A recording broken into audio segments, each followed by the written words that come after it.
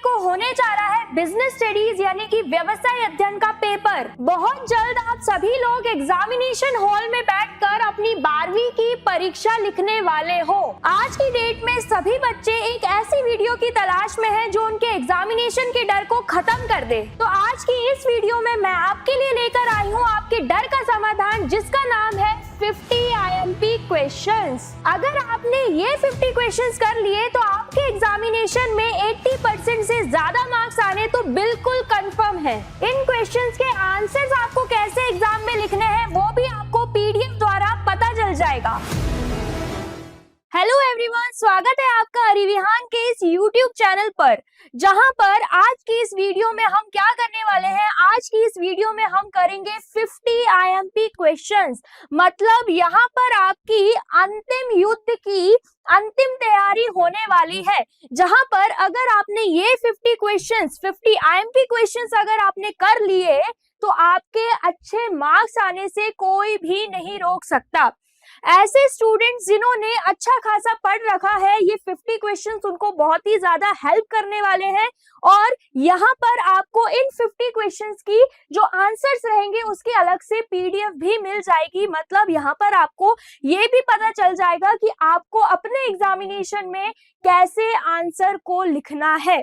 साथ ही में जिसने कम पढ़ाई कर रखी है उसको भी बहुत हेल्पफुल रहने वाले हैं ये 50 क्वेश्चंस। और जिसने बिल्कुल भी पढ़ाई अभी तक नहीं करी, बिल्कुल हाथ ही नहीं लगाया बुक्स को, उनको भी बहुत हेल्प मिलने वाली है इस वीडियो से। उनको तो स्पेशली देखना ही चाहिए कि इस 50 क्वेश्चंस में हम क्या क्या पढ़ सकते हैं और क्या क्या कर सकते हैं। और यकीन मानो, अगर आपने ये वीडियो अंत तक देख ली और इन 50 क्वेश्चंस को अच्छे से समझ लिया, पढ़ लिया, तो यहाँ पर आपके अच्छे मार्क्स आने से कोई भी नहीं रोक सकता।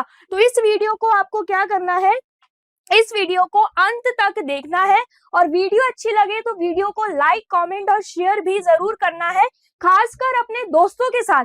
जिन तक ये वीडियो अभी तक नहीं पहुंची होगी उनके साथ भी शेयर करना है, ताकि कोई भी अच्छे मार्क्स लाने से ना चूके। ठीक है, आगे समझ में। चलिए, तो यहाँ पर तो सबसे पहला क्वेश्चन हम यहाँ पर देख लेते हैं। Right the definition of coordination. समन्वय की परिभाषा लिखिए। कोऑर्डिनेशन का मतलब क्या होता है? तालमेल। तो उसी की परिभाषा के बारे में पूछा जा रहा है और ये क्वेश्चन आपसे 2 मार्क्स के लिए क्वेश्चन पेपर में पूछा जा सकता है।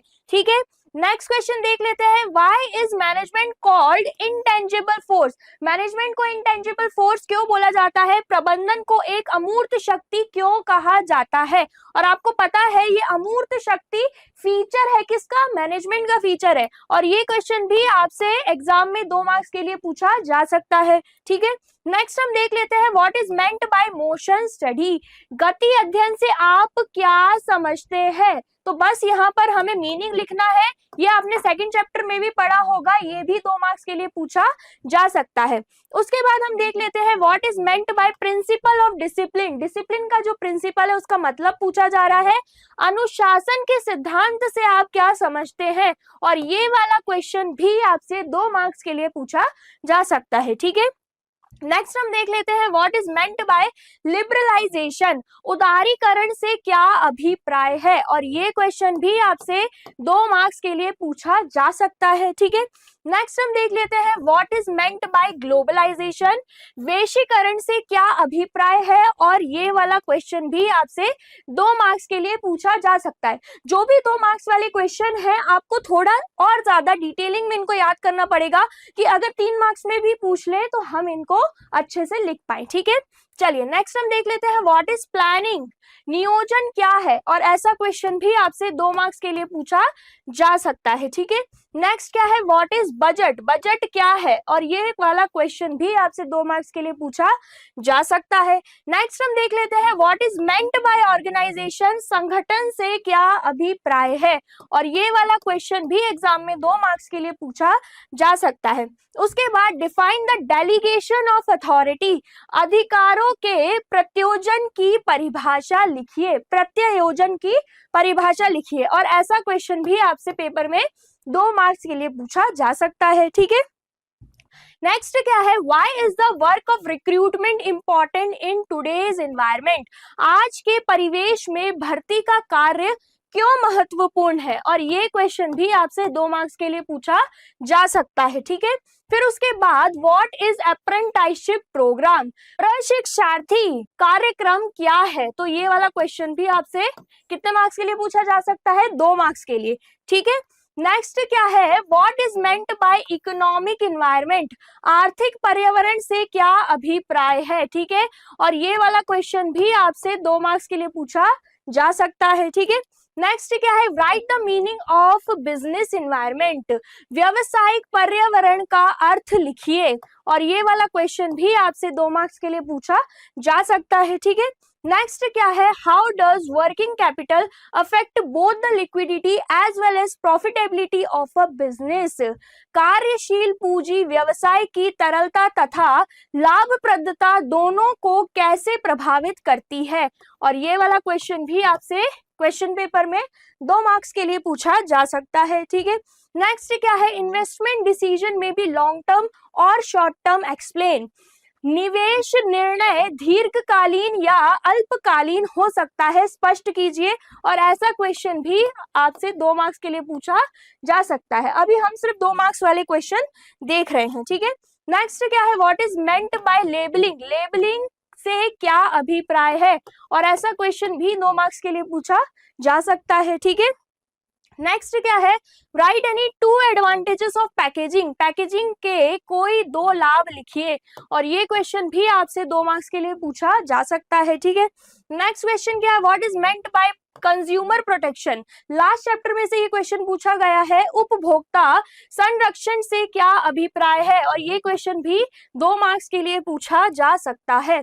नेक्स्ट क्वेश्चन क्या है, what is meant by right to safety, ये भी लास्ट वाले चैप्टर में से ही पूछा जा रहा है, कंज्यूमर राइट से सुरक्षा का अधिकार से क्या अभिप्राय है, ठीक है, और ये क्वेश्चन भी आपसे 2 मार्क्स के लिए पूछा जा सकता है, ठीक है।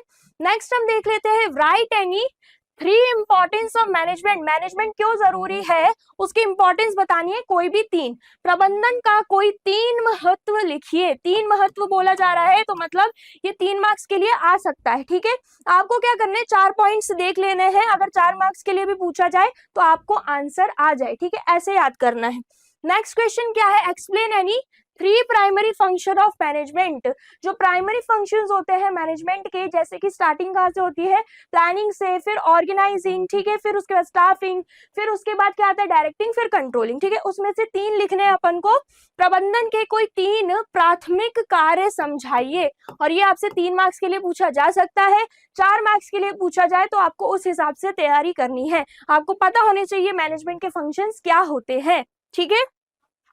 नेक्स्ट क्या है, right any 3 difference between recruitment and selection, अब यहाँ पे रिक्रूटमेंट और सिलेक्शन का डिफरेंस पूछा जा रहा है, कोई भी 3, तो 3 पूछे जा रहे हैं, तो 3 मार्क्स के लिए ये सवाल आ सकता है, 4 भी लिख सकते हो सकता है कि एग्जामिनर आपको 4 मार्क्स के लिए पूछ ले ये सवाल, तो आपको तैयारी वैसी रखनी है, ठीक है। फिर question number 24, right any 3 difference between training and development, ठीक है, ट्रेनिंग एंड डेवलपमेंट का भी अंतर हमें बताना है। प्रशिक्षण तथा विकास में कोई 3 अंतर लिखिए, ठीक है, यहाँ पर क्या था, भर्ती तथा चयन में कोई 3 अंतर लिखिए, ठीक है, और यहाँ पर क्या है, परीक्षण तथा विकास में कोई 3 अंतर लिखिए, और ऐसा क्वेश्चन भी 3 मार्क्स के लिए पूछा जा सकता है, ठीक है, क्लियर हो गया। नेक्स्ट क्या है, right any 3 principles of directing, निर्देशन के कोई 3 सिद्धांत लिखिए, ये वाला क्वेश्चन भी 3 से 4 मार्क्स के लिए आ सकता है। 3 और 4 में लिख देती हूँ, यहाँ पर भी 3 और 4 ताकि आपको ध्यान में रहे, यहाँ पर भी 3 और 4 और यहाँ पर भी 3 और 4, आपको तैयारी मैक्सिमम मार्क्स की रखनी है, यहाँ पर भी 3 और 4, ठीक है। चलिए अब हम आगे बढ़ जाते हैं, यहाँ पर right any 3 functions of supervisor, पर्यवेक्षक के कोई 3 कार्य लिखिए, ठीक है, ये भी 3 से 4 मार्क्स के लिए पूछा जा सकता है, 3 कार्य भी लिखने को बोले जा सकते हैं, 4 भी, ठीक है, आ गया समझ में।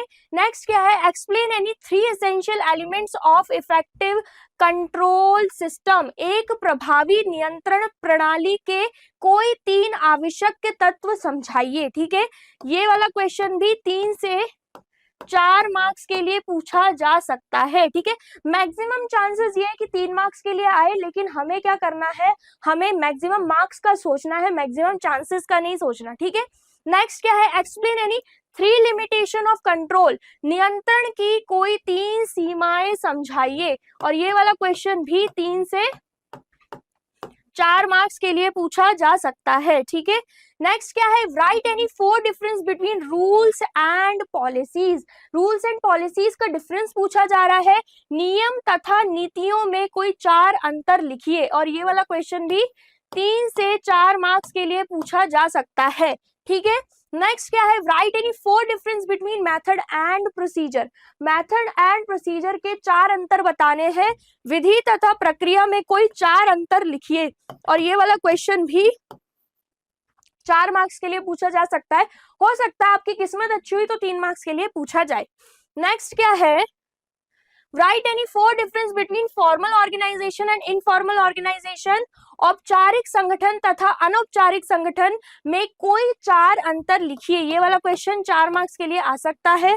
ठीक है, नेक्स्ट क्या है, right any 4 difference between functional structure and divisional structure. हमें अच्छे से पता है कि ये क्या होते हैं, कार्यात्मक संरचना तथा विभागीय संरचना में कोई 4 अंतर लिखिए। 4 मार्क्स के लिए ये सवाल आपसे पूछा जा सकता है। ठीक है, नेक्स्ट क्या है, explain any 4 factor which affect the determination of price of a product, किसी उत्पाद के मूल्य निर्धारण को प्रभावित करने वाले कोई 4 कारक समझाइए। और ये वाला क्वेश्चन आपसे 4 मार्क्स के लिए पूछा जा सकता है। फिर उसके बाद हम देख लेते हैं, right any 4 advantages of advertising to manufacturers, निर्माताओं के लिए विज्ञापन के कोई 4 लाभ लिखिए। तो ये वाला क्वेश्चन भी 4 मार्क्स के लिए आ सकता है। ठीक है, नेक्स्ट क्या है, explain any 4 factors that determine the fixed capital of a company, किसी कंपनी की स्थायी पूंजी को निर्धारित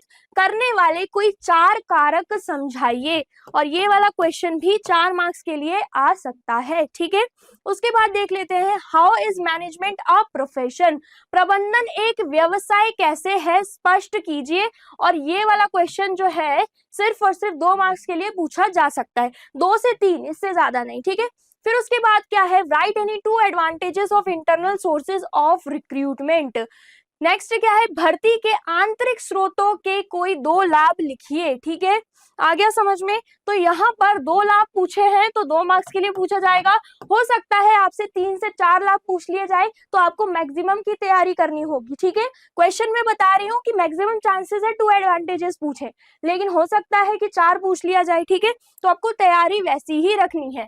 right any 3 importance of financial planning, वित्तीय नियोजन का कोई 3 महत्व लिखिए। तो ये 3 मार्क्स के लिए पूछा जा सकता है। हो सकता है कि 4 मार्क्स के लिए भी पूछा जाए। ठीक है, आ गया समझ में। नेक्स्ट क्या है, right any 4 limitations of planning, नियोजन की कोई 4 सीमाएं लिखिए। तो ये 4 मार्क्स के लिए पूछा जा सकता है। ठीक है, उसके बाद हम देख लेते हैं, right 4 difference between delegation of authority and decentralisation, अधिकारों के प्रत्यायोजन तथा विकेंद्रीकरण में कोई 4 अंतर लिखिए। तो ये क्वेश्चन भी 4 मार्क्स के लिए पूछा जा सकता है। ठीक है, फिर उसके बाद क्या है, right any 2 rights of consumer, उपभोक्ताओं के कोई 2 अधिकार लिखिए।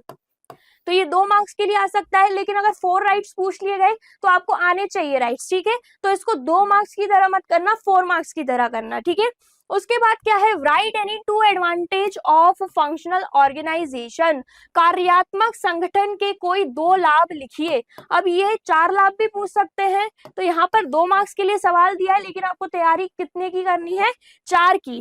ठीक है, नेक्स्ट क्या है, describe the various steps involve in the process of controlling, नियंत्रण प्रक्रिया में सम्मिलित विभिन्न चरणों का वर्णन कीजिए। तो ये वाला क्वेश्चन 4 मार्क्स के लिए पूछा जा सकता है। ठीक है, और ये फंक्शनल ऑर्गेनाइजेशन क्या है, कार्यात्मक संगठन के कोई 2 लाभ लिखिए। ठीक है, ये तो मैंने पढ़ाई दिया, नेक्स्ट क्वेश्चन ये भी पढ़ लिया।